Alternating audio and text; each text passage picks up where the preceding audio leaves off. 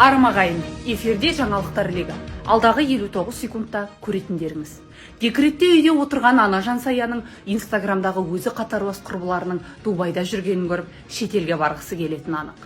Басқасы басқа, бірақ ана Жансаяның шетелге шығуға толықтай құқығы бар. Себебі аналар барлық құрметке лайық. Солай емес пе, Дидар? Жансаяның осы уақытқа дейін барған елдері ешқайда бармаған, я дым көрмегеннен және Айнабұлақ аралдары. 1 грамм саспа, келесі жыл аман болсақ, точно шетелге апарам деген күйеуінің тіреді әңгімелеріне әбден тойған.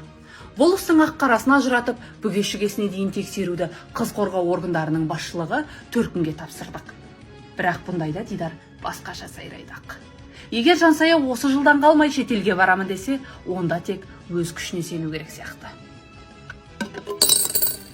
Константин Ақназаров, Жандос Успенский, Жансая Мұратбекқызы, арнайы Жабар арнасы үшін.